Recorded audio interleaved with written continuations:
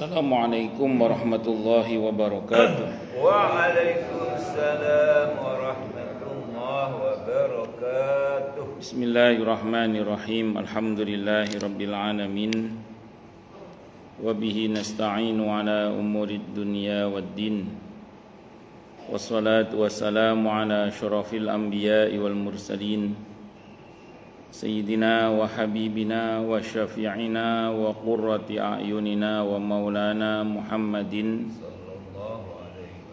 wa ala alihi wa ashabihi wa dhurriyyatihi ajma'in, amma ba'd. Ashhadu an la ilaha illallah wa ashhadu anna Muhammadar Rasulullah wa ufawwidu amri ilallah, innallaha basirum bil ibad. Hasbiyallahu la ilaha illa huwa alaihi tawakkaltu wa huwa rabbul arsyil azim. Qala Allah ta'ala fi kitabihil karim hikayatan an nabiyillahi Musa alaihi salam. Rabbi syrah li sadri wa yassir li amri wahlul 'uqdatam min lisani yafqahu qawli. Para alim, para asatidah, para bapak dan ibu sekalian, hafizani wa hafizakumullah, bil khusus segenap pengurus Masjid Baitur Rahim Villa Taman Kartini yang semoga pengurusnya dan jamaahnya selalu dalam naungan rahmat, barokah, perlindungan serta bimbingan Allah Subhanahu wa taala. Amin, Allahumma amin, insyaallah. Allahumma inna nas'aluka ilman nafi'ah wa rizqan thayyiba wa amalan mutaqabbala wa fatahallahu lana futuhal arifin. Allahumma inna na'udzubika min ilmin la yanfa' wa amalin la yurfa' wa qalbin la yakhsha' wa du'a la yusma'. Allahumma ati anfusana taqwaha wa zakkiha anta khairu man zakkaha anta waliyuha wa maulaha. Amin, Allahumma amin, insyaallah. Masih melanjutkan kajian kita tentang sababun nuzul, sekarang surah An-Nazi'at. Di sini ayat 42 nih. An-Nazi'at ayat 42 sampai 46. A'udzu billahi as-sami'il 'alim minasy syaithanir rajim. Yas'alunaka 'anis sa'ati ayyana mursaha. Fima anta min dzikraha ila rabbika muntahaha innama anta mundziru man yakhshaha ka'annahum yawma yarawnaha lam yalbathu illa 'ashiyatan aw duhaha. Orang-orang kafir bertanya kepadamu, wahai Nabi, tentang hari berbangkit. Kapankah terjadinya? Atau tentang hari kiamat, kapan terjadinya? Siapakah kamu sehingga dapat menyebutkan waktunya? Kepada Rabb-Mu lah dikembalikan kesudahannya, ketentuan waktunya maksudnya. Kamu hanyalah pemberi peringatan bagi siapa yang takut kepadanya, itu hari berbangkit. Pada hari mereka melihat hari berbangkit itu, mereka merasa seakan-akan tidak tinggal di dunia melainkan sebentar saja di waktu sore atau pagi hari. Dalam satu riwayat dikemukakan bahwa ayat ini An-Nazi'at ayat 42 sampai 44 ya, turun ketika Rasulullah Muhammad sallallahu alaihi wasallam ditanya tentang kiamat. Ayat-ayat ini turun sebagai penegasan bahwa hanya Allah lah yang mengetahui waktunya. Ini diriwayatkan oleh Al-Hakim dan Ibnu Jarir yang bersumber dari Siti Aisyah radhiyallahu anha. Dalam riwayat yang lain dikemukakan bahwa kaum musyrikin Mekah bertanya dengan sinis kepada Rasulullah Muhammad sallallahu alaihi wasallam, kapan terjadinya kiamat.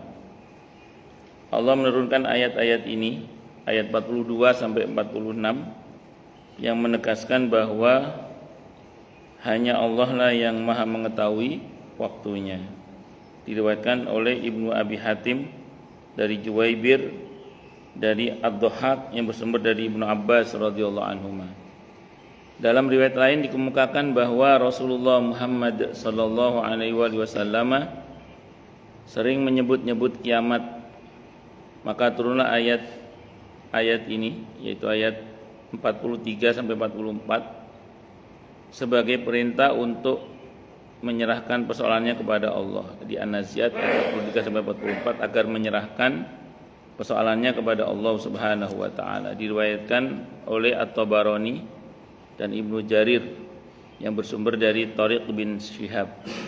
Diriwayatkan pula oleh Ibnu Abi Hatim yang bersumber dari Urwah radhiyallahu anhu. Kesimpulannya, kiamat tidak ada yang tahu kapan terjadinya kecuali Allah. Bahkan Nabi dan Rasul pun tidak diberitahu oleh Allah. Karenanya kemudian kita nggak usah pusing kapan kiamat. Saya sering sampaikan di sini, apa-apa yang tidak diberitahukan kepada kita oleh Allah dan Rasulnya Muhammad sallallahu alaihi wasallam berarti nggak penting. Yang penting itu persiapan untuk menghadapinya. Sebagaimana dalam hadis Bukhari, dalam hadis Sahih Muslim juga disebutkan ada seorang lelaki yang bertanya kepada Rasulullah Muhammad sallallahu alaihi wasallam. Di tengah-tengah Nabi sedang mengajar, tiba-tiba ada orang bertanya, "Mata sa'ah, kapan kiamat wahai Rasulullah?" Nabi tidak langsung menjawab, beliau menyelesaikan materinya sampai titik kalau bahasa kita. Baru beliau bertanya, "Manis sa'il?" Siapa tadi yang bertanya? "Saya Rasulullah." Nabi balik bertanya kepada yang bersangkutan, "Mada a'datta laha?" Apa yang telah kamu persiapkan, kok kamu nanya kiamat kalau bahasa kita. Maka yang ditanya ini balik berkata, la syai'a, tidak ada ya Rasulullah, illa an yuhibbullaha wa rasulah, selain dari saya hanya punya modal cinta kepada Allah dan cinta kepada utusannya, yaitu Rasulullah Muhammad sallallahu alaihi wasallam.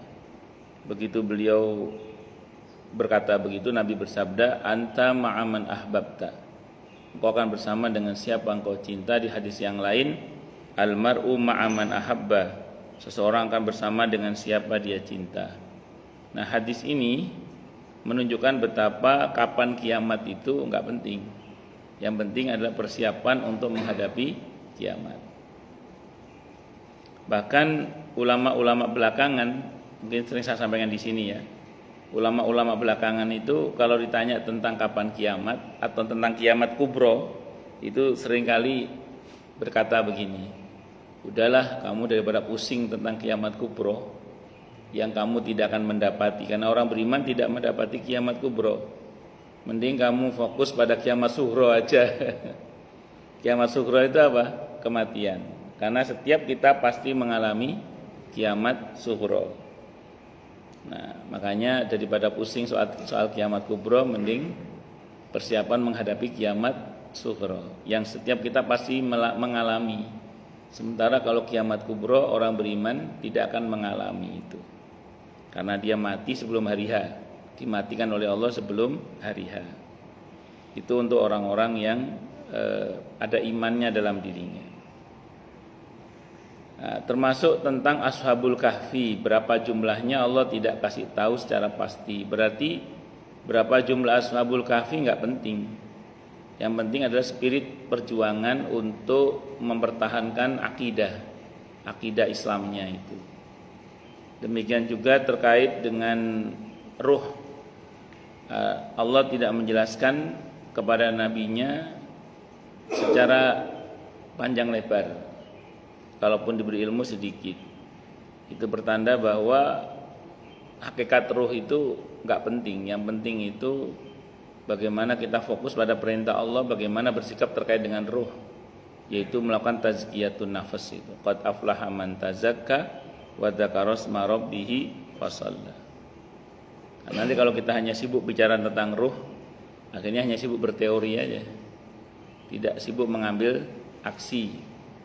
Padahal aksi yang dibutuhkan oleh ruh, apa itu? Tazkiyatun nafas itu, pembersihan jiwa itu, dengan cara diantaranya memperbanyak zikir dan memperbanyak sholat itu diantaranya. Nah, pokoknya intinya apa yang tidak diberitahukan berarti itu nggak penting gitu. Dan tidak usah memaksakan terlalu mencari tahu, karena memang nggak penting, nanti buang-buang umur. Kalau bahasanya Salman Al-Farisi radhiyallahu an, ilmu itu buahnya sementara umur kita terbatas. Jadi saya ulang, ilmu itu buahnya, kata Salman Al-Farisi radhiyallahu an, sementara umur kita terbatas. Maka pandai-pandailah memilih ilmu yang dipelajari untuk bekal kita nanti perjalanan selanjutnya. Panjenengan kalau belajar, terutama belajar agama maksud saya tidak mengatakan belajar itu sia-sia, enggak, betul. Monggo silahkan belajar dengan sungguh-sungguh. Namun kalau sekiranya kemampuan sudah terbatas, fokus pada yang sifatnya itu bisa segera diamalkan. Makanya saya biasanya kalau ada orang yang sudah sepuh-sepuh itu minta belajar ke saya, itu saya sering bilang, belajar apa Pak? Belajar tauhid yang aplikatif. Jadi bukan sibuk pada teori dan istilah-istilah, karena dalam tauhid itu banyak istilah-istilah juga. Cuman saya tidak sibukkan mereka dengan istilah-istilah, tapi saya sibukkan dengan pengetahuan tauhid yang sifatnya aplikatif, biar bisa segera diamalkan, karena kan waktu kita terbatas. Nah, termasuk juga diantaranya misalnya ada orang minta belajar bahasa Arab, saya sarankan untuk belajar bahasa Arab yang aplikatif. Jadi jangan sekedar untuk berteori, karena teori itu dalam bahasa Arab itu banyak sekali. Usahakan yang aplikatif, biar segera bisa diamalkan gitu. Karena udah sepuh-sepuh. Bukan tidak boleh, silakan aja. Tapi ngerinya nanti kalau kita salah prioritas, sibuk berteori lupa beramal, padahal umur kita terbatas. Itu seperti itu. Sama fikih juga gitu, fikih yang aplikatif, bukan sekedar fikih yang teoritif gitu. Jadi harus yang aplikatif supaya bisa segera diamalkan. Karena istilah-istilah dalam fikih itu juga banyak. Istilah-istilah dalam fikih itu juga banyak. Dan kalau itu tidak kita segera praktekkan, kan ngerinya nanti ya tadi mandek hanya sebatas sebagai teori itu. Itu seperti itu. Lanjut. Nah, mengenai kepastian hari kiamat ini, saya ulang tadi, yang fokus kita adalah persiapan untuk menghadapinya. Dalam hadis Bukhari dan Muslim tadi, persiapannya adalah dengan cinta, modal cinta. Menarik, sahabat Anas ibn Malik radhiyallahu anhu berkomentar, selaku rawi hadisnya beliau berkomentar, tidak ada hal yang paling membahagiakan saya, kata beliau, pada hari itu selain dari pernyataan Nabi, engkau akan bersama dengan siapa engkau cinta.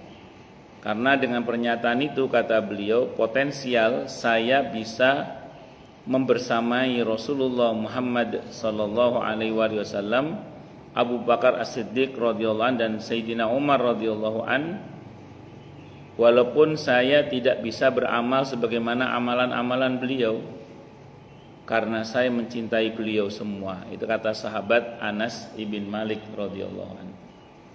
Jadi kita ini kan tidak bisa beramal sebagaimana beramalnya Rasulullah Muhammad sallallahu alaihi wasallam. Karena kita ini tugasnya mengikuti, bukan menyamai. Kalau menyamai tidak bisa. Kalau mengikuti memang itu yang diperintahkan. Itu pun semampu kita.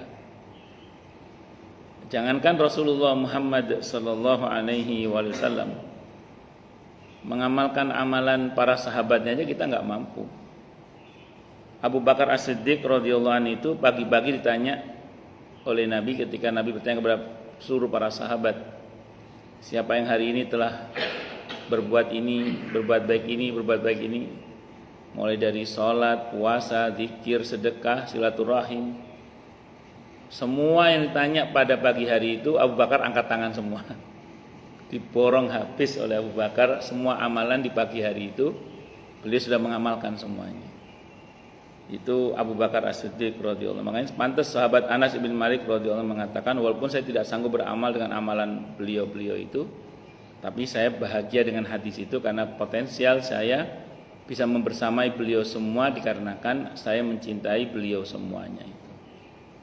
Walaupun cinta di sini mesti dibuktikan, karena kalau tidak dibuktikan nanti cintanya gombal. Jadi supaya enggak gombal maka harus dibuktikan. Bagaimana membuktikan cinta kepada Nabi kita Muhammad sallallahu alaihi wasallam agar kita satu rombongan dengan beliau? Saya sering sampaikan di sini mungkin sederhananya paling tidak ada dua lah paling tidak ada dua, yaitu pertama bikasrati dzikrin nabi bikasrati sholawati alaih, meringankan lisan dan hati untuk bersolawat untuk Nabi kita Muhammad sallallahu alaihi wasallam. Karena dalam satu maqalah dikatakan man ahabba syai'an kasura dzikruh, siapa yang mencintai sesuatu dia akan banyak menyebut dan mengingat sesuatu itu. Maka sepatutnya lah siapapun yang mengaku cinta kepada Nabi kita Muhammad sallallahu alaihi wasallam hendaklah dia memperbanyak bersolawat untuk Nabi kita Muhammad sallallahu alaihi wasallam. Yang kedua adalah dengan cara berittiba, mengikuti sunnah Nabi kita Muhammad sallallahu alaihi wasallam. Mengikuti, tidak menyamai ya. Kalau menyamai tidak akan bisa, tapi kalau mengikuti bisa. Itu pun saya ulang semampu kita, semampu yang bisa kita ikuti. Allah itu paling tidak lah. Ada satu lagi sih sebenarnya saya tambahkan, biasanya itu menghindari hal-hal yang Rasulullah mengancam laisa minni laisa minna, tidak termasuk golonganku, tidak termasuk golongan kami. Sebisa mungkin dihindari yang begitu-begitu. Apa contohnya? Misalnya Nabi melarang seseorang untuk fanatik buta misalnya. Jangan sampai fanatik buta, karena fanatik buta itu membuat Nabi mengancam laisa minna man da'a ila asabiyah. Tidak termasuk golongan kami orang yang mengajak orang lain untuk fanatik buta. Makanya ulama-ulama dulu itu sangat berhati-hati jangan sampai murid-muridnya fanatik buta kepada beliau. Imam Hanafi rahimahullah, padahal beliau ini seorang ulama mujtahid mutlak, bahkan mujtahid mustaqil mutlak. Itu beliau masih berfatwa dalam fatwanya haram atau dilarang seseorang itu berfatwa dengan fatwa saya tanpa mengetahui hujjah saya. Itu Imam Hanafi. Jadi enggak boleh, kata beliau, enggak boleh orang berfatwa dengan fatwa saya, dengan pendapat saya, kecuali dia mengerti hujjah saya. Karena beliau tidak mau diikuti begitu saja. Beliau maunya orang itu ngerti hujjah beliau, supaya tidak fanatik buta maksudnya. Imam Malik ketika berada di Raudhah, saat itu beliau berpidato, setiap orang pendapatnya bisa diterima dan ditolak, illa sahibah hadzal qabri, kecuali penghuni kubur ini, yaitu Rasulullah Muhammad sallallahu alaihi wasallam. Karena Imam Malik tidak mau dikultuskan pendapatnya sebagai pendapat yang diikuti secara membabi buta. Bahkan Harun ar-Rasyid rahimahullah ketika sowan kepada Imam Malik untuk minta izin agar kitab Al-Muwatta dijadikan rujukan satu-satunya yang utama di Daulah Bani Abbasiyah, Imam Malik melarang. Kata Imam Malik, jangan, masih banyak para sahabat Nabi yang bertebaran di seantero jagat yang saya belum pernah bertemu. Saya khawatir beliau-beliau itu punya pendapat-pendapat yang saya tidak ketahui, kata Imam Malik. Makanya Imam Malik melarang. Itu karena Imam Malik gak mau difanatiki secara membabi buta itu. Itu seperti itu. Imam Syafi'i dengan makolanya yang sangat populer, beliau mengatakan ra'yi shawab yahtamilul khata' wa ra'yu ghairi khata' yahtamilul shawab, kata beliau. Itu pede beliau ya. Pendapat saya benar, tapi juga mungkin salah, kata beliau.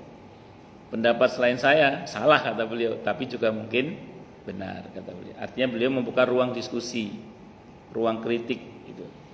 Nah, makanya terus kemudian beberapa ulama bersikap demikian tuh ya karena takut difanatiki secara membabi buta, karena ancamannya berat. Kalau sampai kita berorientasi agar orang fanatik kepada kita, itu ancamannya tadi takutnya tidak dianggap dari golongan kami. Lah kalau Rasulullah nggak nganggap kita golongannya, ikut rombongan siapa kita? Naudzubillah min syarri dzalik. Walaupun ada yang mensyarah hadis itu di antara para ulama mengatakan maksudnya untuk kasus itu Nabi tidak mau membela gitu. Satu kasus Nabi nggak mau bela ya ruwet juga sama kan? Makanya harus dihindari, jangan sampai kita mengajak orang untuk fanatik buta. Nah, para ulama biasanya ketika membaca hadis itu dikaitkan dengan firman Allah dalam Al-Quran di surah Ar-Rum itu ayat 31-32 itu. Ya, di mana Allah berfirman, wala takunu minal musyrikin. Janganlah kalian menjadi orang-orang musyrik. Siapa orang musyrik dalam ayat itu? Minal ladzina farraqu dinahum syi'a. Kullu hizbin bima ladaihim farihun. Jadi janganlah kalian menjadi orang-orang yang musyrik. Saya lupa kalau enggak 30, 31, 32 itu. 31, 32 apa? Enggak tahu ya. Ar-Rum ayat Ar-Rum itu surah ke-30. Kalau saya enggak salah 31, 32. Jadi ujungnya ya wala takunu minal musyrikin, dan janganlah kalian menjadi orang-orang yang musyrik. Minal ladzina farraqu dinahum wa kanu syi'a kullu hizbin bima ladaihim farihun. Ayat berapa? 31 32 nih. Ya. 31 32. Nggih. Jadi ujungnya yang 31 wala takunu minal musyrikin. Janganlah kalian menjadi orang-orang yang musyrik. Siapa orang yang musyrik dalam ayat ini? Minal ladzina farraqu dinahum wa kanu syi'a, betul nggih? Kullu hizbin bima ladaihim farihun. Itu orang-orang yang merasa bangga dengan orang-orang yang memecah belah agamanya hingga mereka menjadi berkelompok-kelompok dan masing-masing kelompok merasa bangga dengan kelompoknya itu. Itu ayat ini kalau saya buka beberapa kitab tafsir yang saya pernah baca ya, mesti ulama itu mengkaitkan dengan hadis tadi itu. Hadis tentang fanatik buta itu. Nah, rupanya saya baca dalam tafsirnya Syekh Abdurrahman As-Sa'di rahimahullah ketika menjelaskan hadis ini, ketika menjelaskan ayat ini, kata beliau begini, orang-orang musyrik terdahulu itu kenapa kok disebut sebagai orang-orang yang memecah belah agamanya. Bayangan saya memecah belah agama itu bikin provokasi-provokasi apa gitu. Ternyata kata Syekh Abdurrahman As-Sa'di itu, beliau mengatakan dalam tafsirnya, orang-orang musyrik terdahulu itu memecah belah agamanya itu dengan mengatakan kamilah yang benar selain kami salah. Di dalam intern mereka itu begitu. Jadi kamilah yang benar selain kami salah. Itu rupanya ungkapan provokatif yang membuat perpecahan di dalam tubuh kaum beragama. Termasuk di intern muslimin ketika ada seorang muslim yang mengatakan kamilah yang benar selain kami salah, ruwet udah urusan itu. Itu kan doktrin-doktrin yang membuat orang kemudian berpecah gitu. Nah, ini jangan sampai terjadi. Jadi kalau di kelompok kami yang benar, di luar kelompok kami salah semua. Jangan begitu pokoknya. Tapi ada yang begitu, ya jangan begitu pokoknya. Karena kalau kita bicara tradisi ulama-ulama salaf terdahulu, tadi 4 madhab itu kan salaful ummah. Itu mencontohkan agar bagaimana tidak difanatiki oleh murid-muridnya itu. Sampai Imam Syafi'i juga berkata seperti itu. Makanya saya pernah baca dalam kitab Hujjah Ahli Sunnah wal Jamaah karya Mbah Ali Maksum Krapyak rahimahullah, beliau mengatakan ulama-ulama dalam madhab Syafi'i terutama, dan saya perhatikan semua madhab sih, karena beliau bermadhab Syafi'i, mengatakan ulama-ulama yang bermadhab Syafi'i itu seringkali dengan sengaja berbeda dengan Imam Syafi'i. Disengaja berbeda dengan Imam Syafi'i, memang sengaja supaya tidak menyamakan Imam Syafi'i dengan Rasulullah Muhammad sallallahu alaihi wasallam. Nah, kalau saya kan termasuk yang bermadhab Syafi'i ya. Jadi kalau ada orang yang mengatakan begini misalnya, itu bermadzhab Syafi'i tapi kok nggak sama dengan Imam Syafi'i. Itu kan memang yang ngomong itu nggak paham madzhab Syafi'i. Kalau dalam madzhab Syafi'i sudah biasa itu imam madhabnya itu diselisih oleh mujtahid fil madhab. Jadi Imam Syafi'i diselisihi oleh mujtahid fil madhab. Kayak Imam Nawawi itu punya pendapat-pendapat. Padahal Imam Nawawi ini kan termasuk ulama yang kalau berpendapat kaulnya mu'tamad, mewakili pendapat madhab Syafi'i. Tapi beliau punya pendapat-pendapat yang berbeda dengan pendapat yang mu'tamad dalam madhab Syafi'i. Itu pendapat pribadi Imam Nawawi. Dan itu makasih sangat jazakallahu khairan, semoga segenap harapan baiknya jenengan segera Allah ijabah dengan mudah, dengan mulia, dengan bahagia, dengan tanpa susah payah. Amin Allahumma amin. Matur nuwun. Jadi saya ulang, sengaja Imam Nawawi itu berbeda dengan qaul mu'tamadnya mazhab Syafi'i. Nah, pendapatnya Imam Nawawi itu dianggap lemah di dalam mazhab Syafi'i, tapi dianggap kuat secara dalil. Jadi pendapat Imam Nawawi itu dianggap lemah di dalam pendapat resmi mazhab Syafi'i karena bertentangan dengan qaul mu'tamad. Saya ulang ya, Imam Nawawi itu qaulnya mu'tamad dalam mazhab Syafi'i.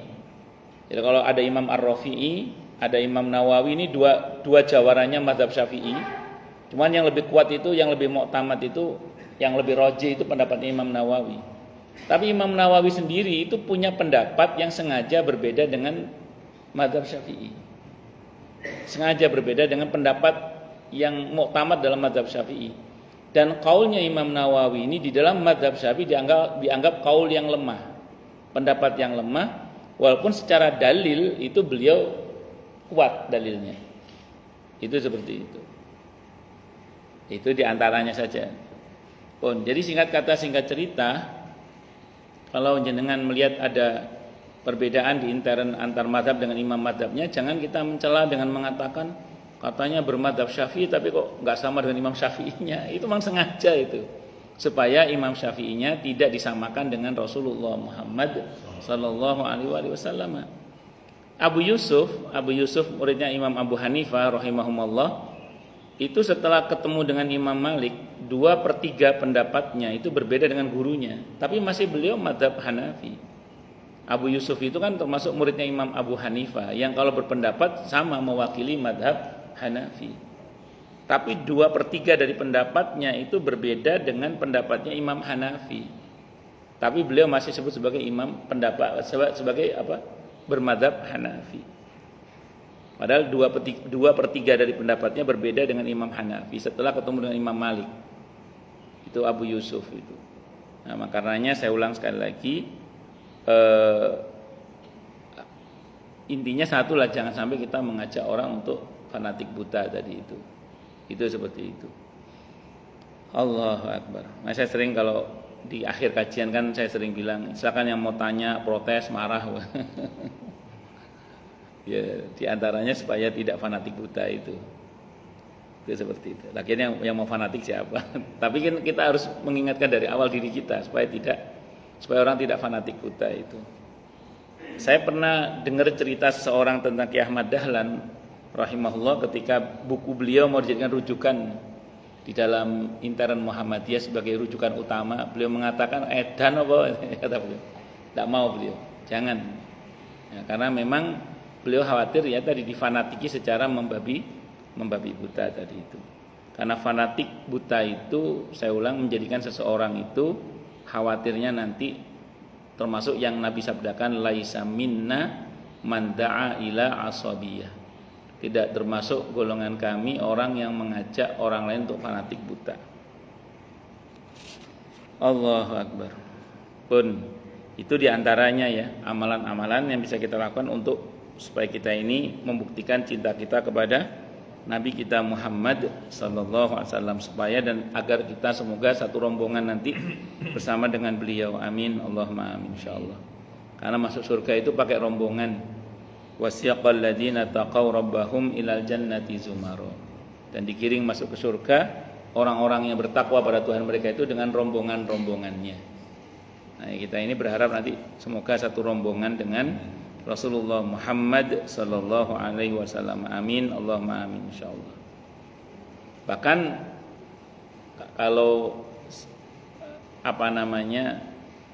dalam beberapa riwayat yang kita baca itu ternyata memang ada amalan-amalan yang kalau kita kerjakan itu membuat kita dekat nanti posisinya dengan Rasulullah Muhammad sallallahu alaihi wasallam pada hari kiamat.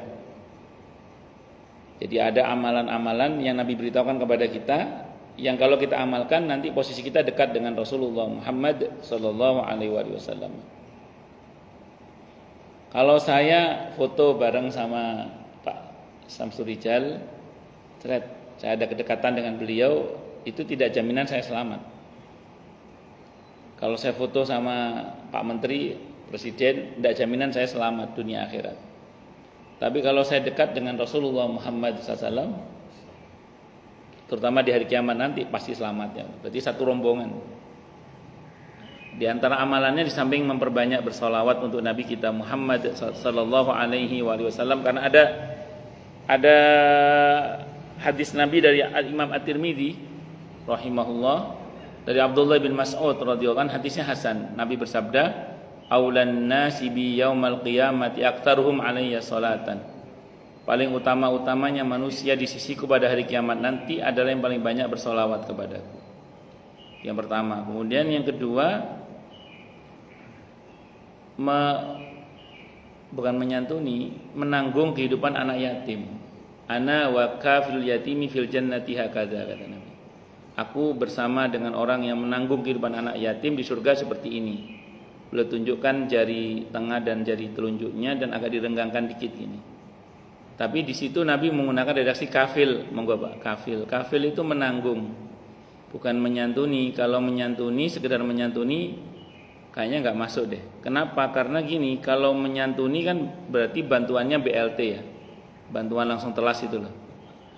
Kalau menanggung itu dulu prakteknya para sahabat, sependek yang saya pernah pelajari ya, itu anak-anak yatim itu diasuh oleh beliau. Kalau perempuan sampai menikah, kalau laki-laki sampai mandiri lah kalau bahasa kita.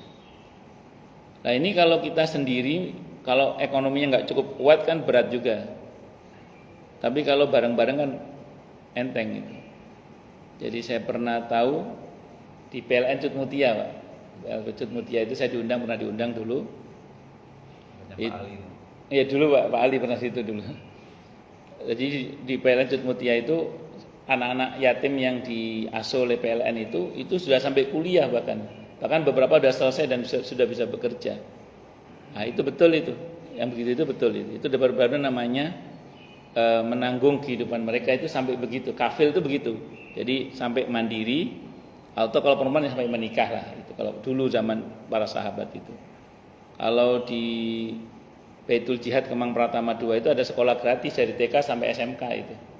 Itu kalau jadi orang tua asuhnya di antara ada anak-anak yatim itu masuk dalam kafil itu namanya. Nah, termasuk juga kalau di masjid dekat rumah saya Syuhada itu ada memang kota amal khusus untuk anak-anak yatim. Itu di antaranya untuk beasiswa anak yatim yang disekolahkan oleh masjid sampai kuliah, bahkan sampai mandiri lah kalau bahasa kita itu. Nah, itu masuk kafil namanya itu. Saya ulang, kalau sendiri kan tidak semua orang punya kemampuan ekonomi yang bagus ya. Tapi kalau misalnya non sewu bareng-bareng kan jadi lebih enteng gitu loh maksudnya. Nah itu diantaranya ya, diantara kafil. Terus kemudian diantara amalan yang buat orang bisa dekat dengan Nabi itu nanti kalau dia punya anak perempuan 2. Nah, Pak Alfian masuk. Jangan masuk gitu. Perempuan masuk 3 atau 2-nya? 3 malah. Pak Jimaman 2 ya. Karena di hadisnya disebutkan aukamakal barang siapa yang mengasuh 2 anak perempuan. 2 anak perempuan sampai dia balik, maka dia akan bersama dengan Nabi di surga itu. Yang ini Nabi merapatkan jarinya. 2 jari dirapatkan ini aukamakal, dirapatkan. Kalau yatim kan tadi agak renggang ya. Kalau ini rapat, berarti dekat sekali. Kalau punya anak perempuan 2 dan diasuh sampai balik, kalau di hadisnya sampai balik, hatta tablugha, sampai balik. Sampai balik 2. Ada sahabat yang komentar sebenarnya, andaikan ada yang nanya 1 juga bisa sebenarnya itu katanya. Cuman tidak ada yang nanya, kata sahabat dalam satu riwayat itu. Nah, jadi kalau anak laki nggak masuk di situ, nanti masuk jalur yang lain. Nah, nanti ada jalur yang lain. Nah, ini babnya kebersamaan dengan Nabi nanti pada hari kiamat. Jadi bersyukurlah bagi yang punya 2 anak perempuan dan bisa mengasuhnya sampai balik dengan baik tentunya ya. Nah, apalagi punya 3 ya. Alhamdulillah. Terus kemudian di antaranya lagi adalah orang yang akhlaknya paling bagus. Jadi hadisnya Bukhari itu. Jadi orang yang paling dekat posisinya dengan Nabi nanti pada akhirnya adalah orang yang paling bagus akhlaknya. Orang yang paling bagus akhlaknya. Karena Nabi itu Allah puji dengan wa innaka la'ala khuluqin azim. Sungguh engkau wahai Nabi adalah orang yang paling bagus akhlaknya. Sungguh engkau wahai Nabi pasti di atas budi pekerti yang agung, maaf. Maka kalau ada orang yang akhlaknya bagus, itu nanti bisa dekat dengan Rasulullah Muhammad sallallahu alaihi wasallam pada hari kiamat nanti. Terus termasuk juga di antaranya adalah orang yang rajin sujud. Dalam hadis Sahih Muslim ada beberapa sahabat Nabi yang khidmah. Khidmah itu ya sebagai volunteer ya, sukarela melayani Nabi dalam menuangkan air wudu. Di antaranya sahabat Sauban radhiyallahu anhu. Kebiasaan Nabi kalau ada orang yang membantu, Nabi selalu memberi hadiah. Jadi tidak wajib menggaji karena itu khidmah, tapi Nabi memberikan hadiah biasanya. Kata Nabi, sal, mintalah engkau hadiah. Mumpung yang nyuruh minta hadiah adalah Nabi, sahabat tidak menyanyiakan kesempatan itu. Kata sahabat yang termasuk sahabat Sauban radhiyallahu an, sal, mintalah kamu hadiah. Kata sahabat Sauban di antaranya, murafaqataka fil jannah ya Rasulullah. Saya ingin menemani Anda di surga ya Rasulullah. Mumpung yang nyuruh minta hadiah anak Nabi. Kata Nabi, awa ghaira dzalik, ada permintaan yang lain enggak? La huwa dzak, tidak itu saja ya Rasulullah. Ya mesti ayo iku ae. Ada permintaan yang lain? La huwa dzak, tidak itu saja ya Rasulullah. Kata Nabi, au kama qal a'ini 'alaika bikasrati sujud. Bantu saya, kata Nabi, supaya nanti kamu bisa bersama dengan saya di surga dengan cara memperbanyak sujud, kata Nabi. Fa innaka idza sajadta rafa'aka Allah, kata Nabi. Karena kalau setiap kali engkau sujud, Allah akan angkat derajatmu. Tentu derajat Nabi kita Muhammad sallallahu alaihi wasallam itu sangat tinggi. Bahnya tinggi tapi sangat tinggi. Kalau kita kejar dengan amalan kita, rasanya enggak akan terkejar. Termasuk kalau kita mengejar dengan sujud yang hanya kepala kita yang satu ini, enggak akan terkejar. Maka supaya kita bisa mengejar dan enggak akan terkejar sih kecuali dengan kemudahan dari Allah, rahmat dari Allah. Paling enggak kita berusaha semaksimal mungkin agar supaya kemudian bisa nanti membersamai Rasulullah Muhammad SAW sebagai anugerah dari Allah, maksud saya begitu ya. Caranya libatkan banyak kepala untuk sujud yang pahala sujud mereka kita dapat bagiannya. Caranya bagaimana? Ini ada masjid. Kalau kita membantu masjid ini, maka setiap orang yang sujud di masjid ini, kita akan dapat bagian pahala yang sama dengan yang sujud di masjid ini. An-Nisa ayat 85, may yashfa' syafa'atan hasanatan yakul lahu nasibum minha. Siapa yang berikan pertolongan yang baik, maka dia akan dapat pahala yang sama dengan pertolongan tersebut. Jadi kalau kita membantu masjid ini misalnya, atau masjid-masjid yang lain, maka setiap orang yang sujud di masjid ini karena bantuan kita, dengan izin Allah kita akan dapat pahala yang sama dengan yang sujud di masjid ini. Sehingga potensial kita akan terus melambung tinggi derajat kita dengan izin Allah, sehingga mudah-mudahan nanti kita bisa membersamai Rasulullah Muhammad sallallahu alaihi wasallam. Karena kalau kita hanya pakai kepala kita saja, kepala kita terbatas sujudnya. Kemampuan kita untuk sujud juga terbatas. Makanya kita libatkan banyak kepala untuk sujud. Yang dengan sujud mereka kita dapat bagian pahala mereka sujud itu. Waduh Ustadz, itu babnya duit, kalau nggak punya duit bagaimana? Kita untuk membantu masjid kan tidak harus menggunakan uang yang banyak. Syukur-syukur uangnya banyak gitu maksudnya gitu. Bisa membantu kebersihannya, memamurkannya, menyamankannya, membuat orang nyaman beribadah di masjid karena kita bayar listriknya lah misalnya. Itu kan kita masuk juga itu. Oh bayar listrik masjid lah, mahal Ustaz. Ya kan ada kotak amal untuk bareng-bareng. Sehingga orang merasa nyaman beribadah di masjid ini kan juga merupakan bagian dari kita dapat andil pahala juga terhadap orang-orang yang beribadah di masjid ini insyaallah. Itu seperti itu. Jadi banyak amalan-amalan yang bisa kita lakukan insyaallah yang dengannya membuat kita insyaallah ya nanti bisa, dan semoga Allah anugerahi kita kebersamaan dengan Rasulullah Muhammad sallallahu alaihi wasallam. Tidak hanya di akhirat, bahkan semoga di dunia pun kita sudah dibersamai oleh Allah dan Rasulnya Muhammad sallallahu alaihi wasallam. Allahu akbar. Itu diantara amalan-amalan yang membuat seseorang itu nanti dekat dengan Rasulullah Muhammad sallallahu alaihi wasallam. Jadi kalau kita rinci tadi, bersolawat untuk Nabi kita Muhammad sallallahu alaihi wasallam, berittiba mengikuti sunnah Nabi kita Muhammad sallallahu alaihi wasallam, hindari amalan-amalan yang Nabi mengancam dengan ancaman laisa minni laisa minna, tidak termasuk golonganku, tidak termasuk golongan kami itu. Terus yang keempat, amalkan amalan-amalan yang membuat kita insyaallah punya kedekatan secara khusus dengan Rasulullah Muhammad sallallahu alaihi wasallam. Beberapa tadi saya sebutkan, sholawat, akhlak yang bagus, menanggung kehidupan anak yatim, terus kemudian mengasuh 2 anak perempuan hingga baligh, apalagi lebih anaknya, terus kemudian perbanyak sujud.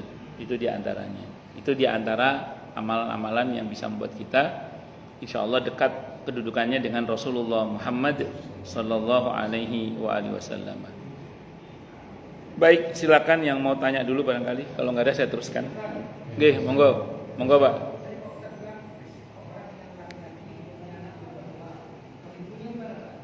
Iya, maksudnya ibunya juga. Ibunya juga. Ya, masuk. Bukan ibunya 2 ya, maksudnya ibunya punya anak 2 maksudnya. Ya. Ya, maksudnya itu. Ya, masuk Pak, masuk. Masuk. Tidak hanya ayahnya, ibunya. Justru ada hadis khusus tentang ibu itu. Barang siapa yang ditinggal wafat oleh suaminya, kemudian dia memilih untuk tidak menikah demi membesarkan anak-anaknya, itu ada tambahan khusus itu Pak, untuk itu. Tapi dengan catatan suaminya mati dulu tapi. Tapi itu masuk dalam hal ini, tidak hanya ayahnya, termasuk juga ibunya dalam hal ini. Wallahu a'lam bishawab. Ya, Ustaz. Oke, monggo, Pak. Tentang at-tawaddu madhab itu, apakah termasuk asabiyah atau begitu madhab itu apakah termasuk asabiyah atau bagaimana? Kemudian tentang buku semua jamaah termasuk kan itu ada potensi taktik, tidak boleh mengikuti salah satu madhab tapi harus sarasin gitu.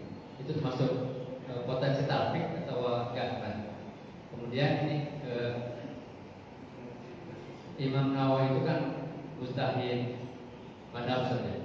Ada pendapat yang berbeda dengan Imam Syafi'i. Itu pendapat apa aja yang Imam Nawawi berbeda dengan Imam Syafi'i? Ampun.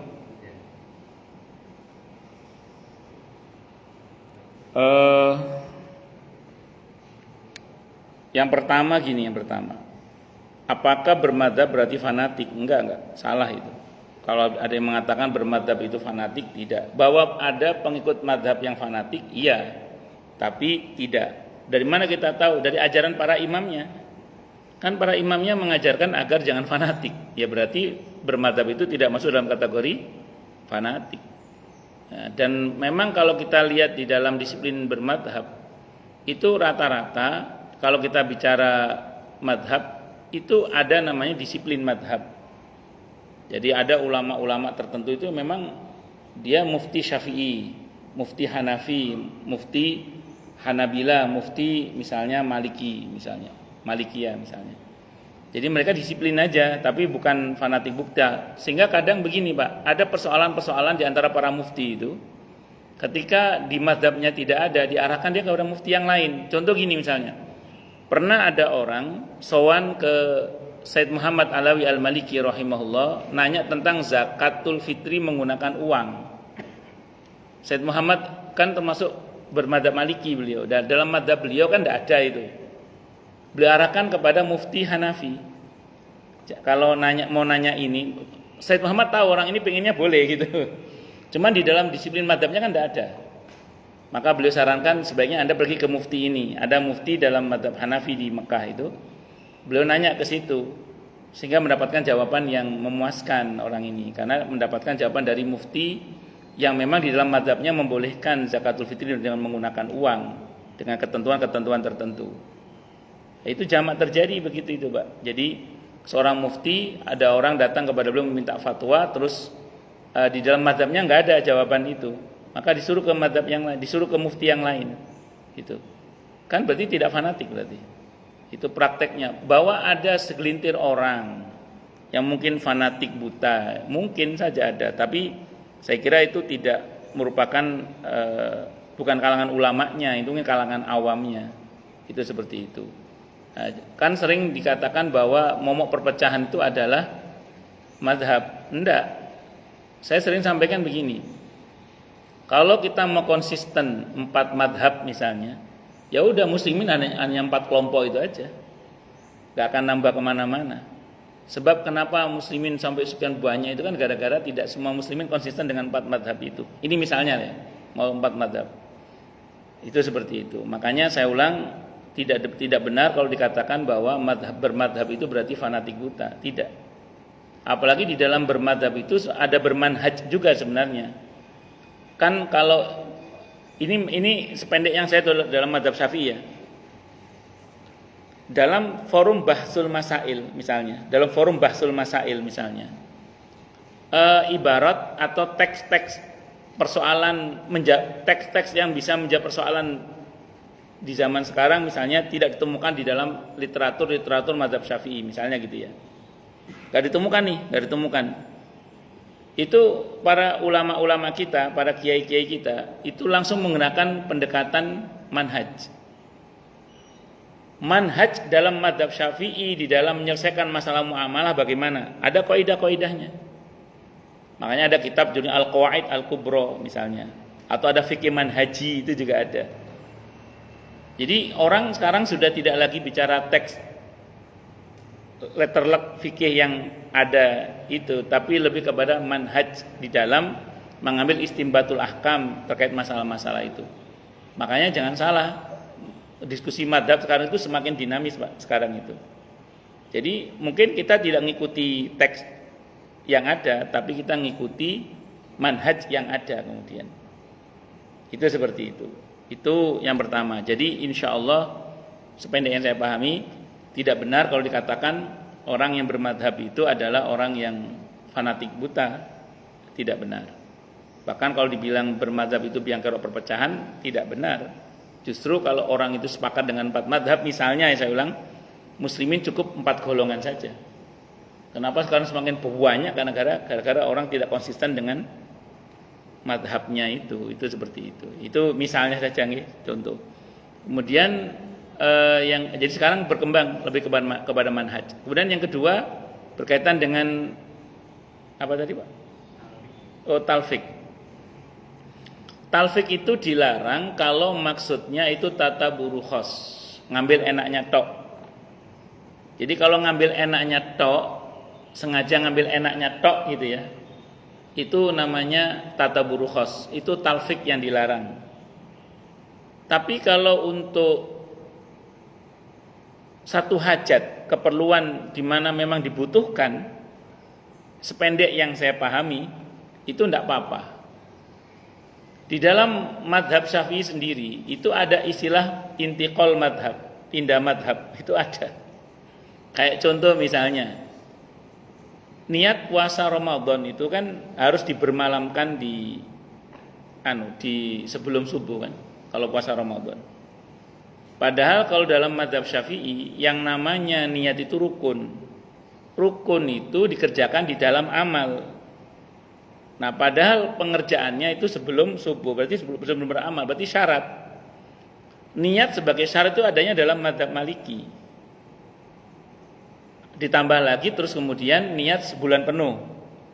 Itu kan tidak dikenal dalam madhab Syafi'i sependek yang saya ketahui. Tapi itu dipahami oleh sebagian para ulama di dalam madhabnya itu untuk diperbolehkan niat seperti itu. Sebagian dalam arti intikal madhab. Madhab Maliki kan talfik namanya itu. Cuman memang insya Allah tidak apa-apa karena hajat, ada keperluan, bukan karena ambil enaknya tok itu. Itu seperti itu. Nah, sehingga kemudian yang dilarang itu adalah tataburu khos, ngambil enaknya saja. Saya secara pribadi itu saya sering bilang di mana-mana, saya ini bermadhab Syafi'i, saya bilang. Karena dari kecil saya ngajinya fikih madhab Syafi'i. Cuman karena saya juga baca kitab Al-Fiqhul Islami wa Adillatul Karya Syekh Zuhaili. Saya juga pernah ngajar Bidayatul Mujtahidnya Ibnu Rusd misalnya. Saya juga ngajar fikih sunnah Said Sabiq gitu. Yang di dalamnya notabene ada beberapa pendapat madhab-madhab itu. Nah, sehingga kadang beberapa pendapat saya tidak seutuhnya dalam madhab Syafi'i. Kayak misalnya tentang pernikahan. Tentang pernikahan itu saya perihal syarat rukunnya pernikahan saya cenderung ke madhab Syafi'i, lebih lengkap, aman ya, beres lah. Tapi perihal perceraian saya lebih condong pada Imam Hanafi. Saya tidak menyalahkan madhab Syafi'i dan tidak melemahkan juga pendapat itu, cuman saya lebih condong aja. Makanya di hukum positif kita perceraian menggunakan madhab Hanafi, bahkan cenderung ada syiahnya karena pakai saksi itu seperti itu di hukum positif kita itu. Nah, terus kemudian misalnya lagi berkaitan dengan wudu saya pakai madhab Syafi'i, cenderung agak ke Maliki karena digosok-gosok kan. Itu. Nah, terus kemudian perihal batalnya saya lebih condong kepada Hanafi. Ya, kalau nggak ada syahwat ya nggak batal itu. Jadi kalau ada syahwat baru batal, bersentuhan laki perempuan yang bukan mahram, kulit ketemu kulit itu. Lebih condong ke situ saya itu. Karena saya perhatikan dalam beberapa hujah yang dipakai oleh Imam Hanafi, kok saya lebih mantap di situ itu. Tapi saya tidak melemahkan pendapat mazhab Hanafi, bukan karena saya pilih enaknya, bukan. Tapi karena saya merasa ini contoh ya, kenapa dalam mazhab Syafi'i batal persentuhan laki perempuan yang bukan mahramnya, padahal Nabi pernah mencium istrinya dan langsung salat. Kalau dalam mazhab Syafi'i kan diterangkan karena ada indikasi saat itu Siti Aisyah masih kecil. Tapi kan ada statement beliau di belakang, dan Nabi adalah orang yang paling pandai menahan syahwatnya. Mau cenderungnya mana? Mau cenderung mempertimbangkan kecilnya atau mempertimbangkan bahwa Nabi adalah orang yang paling pandai menahan syahwatnya? Kalau saya menggarisbawahi yang paling pandai menahan syahwatnya itu dalam madhab Hanafi. Nah, memang di dalam madhab Syafi'i cenderung ihtiyaton, kehati-hatian itu memang iya. Makanya kan kalau ada li'adami dhanni syahwat dalam mazhab Syafi'i dan Fathul Mu'in itu tidak batal. Ada orang dia bukan mahram dengan kita tadinya, tapi karena li'adami dhanni syahwat kemungkinan tidak ada syahwat, maka menjadi tidak batal bersentuhan langsung. Contoh misalnya kalau di Fathul Mu'in dicontohkan mertua misalnya, karena li'adami dhanni syahwat maka tidak batal. Itu seperti itu. Bisa dimengerti ya? Jadi talfik itu dilarang kalau tujuannya tataburu khos, ambil enaknya tok. Tapi kalau kita perlu dan kita mengetahui hujahnya dan itu lebih kepada karena untuk kemudahan, bukan ambil enaknya tok, tapi untuk kemudahan yang kita butuhkan maksudnya, maka insya Allah tidak apa-apa. Saya cenderung yang pada pendapat itu. Di antara 4 madhab yang membolehkan talfik itu madhab Hanafi. Madhab Hanafi. Nah, terus yang terakhir mengenai apa tadi lupa. Oh, contoh gini, contoh. Imam Nawawi itu mengkritik qaul jadidnya Imam Syafi'i. Imam Syafi'i itu punya qaul jadid. Pendapat baru ketika di Mesir waktu maghrib itu adalah sholat maghrib, wirid, dzikir, ba'diyah maghrib, langsung isya gitu. Iya. Jadi waktu maghrib itu dalam mazhab Syafi'i, menurut pendapat Imam Syafi'i dalam qaul jadidnya, itu kalau kita sholat maghrib adzan, qobliyah maghrib, iqamah, sholat maghrib, dzikir, ba'diyah maghrib, itu sudah isya. Itu sudah isya ada itu. Itu dalam mazhab Syafi'i, pendapat Imam Syafi'i maksud saya, dengan qaul jadidnya. Itu oleh Imam Nawawi dikritik itu. Imam Nawawi. Yang lebih kuat dalilnya justru qaul qadimnya Imam Syafi'i. Qaul qadimnya Imam Syafi'i itu adalah waktu maghrib itu sampai mega kemerahan itu hilang. Ya seperti yang kita pakai sekarang ini. Jadi yang kita pakai sekarang ini ada dalam pendapat Imam Syafi'i ketika beliau di Baghdad. Kata Imam Nawawi itu dalilnya lebih kuat. Tapi pendapat Imam Nawawi kalau dibenturkan dengan pendapat Imam Syafi'i kan jadi lemah. Tapi secara dalil, apa yang dipakai oleh Imam Nawawi itu lebih kuat dalilnya, berkaitan dengan waktu maghrib yang sampai hilangnya mega kemerahan itu. Itu begitu, itu contoh. Terus Imam Al-Juwaini, Imamul Haramain, itu kan beliau bermadzhab Syafi'i. Beliau melihat ada banyak orang awam yang tidak bisa muqaranah biniyah itu. Tidak bisa muqaranah biniyah itu. Maka supaya bisa muqaranah, supaya tidak was-was, beliau berfatwa agar niat itu sebelum takbir, tapi segera tapi. Bahkan ada pendapat yang mengatakan dari sejak berangkat dari rumah pun kalau dia sebenarnya untuk sholat, asal dia tidak berubah ya, tidak melenceng. Dari rumah berangkat mau sholat, ketemu sama tukang bakso, makan bakso dulu, berubah dari niatnya itu berarti. Nah, jadi kalau nggak berubah itu sudah cukup sebagai niat itu. Tapi harus ada ta'yin ya dan macam-macam itu. Nah, di situ Imam Al-Juwaini, beliau Imamul Haramain, beliau cenderung kepada pendapat yang itu daripada pendapat yang ada dalam mazhab Syafi'i. Ya secara disiplin mazhab itu pendapat yang lemah. Walaupun mungkin itu dianggap kuat oleh sebagian, itu seperti itu. Wallahu a'lam bishawab. Dan masih banyak lagi lah contoh-contoh yang lain ya. Wallahu a'lam bishawab. Monggo yang lain kalau ada. Cukup dulu. Oke, kita tutup dengan hamdalah. Alhamdulillahirabbil alamin.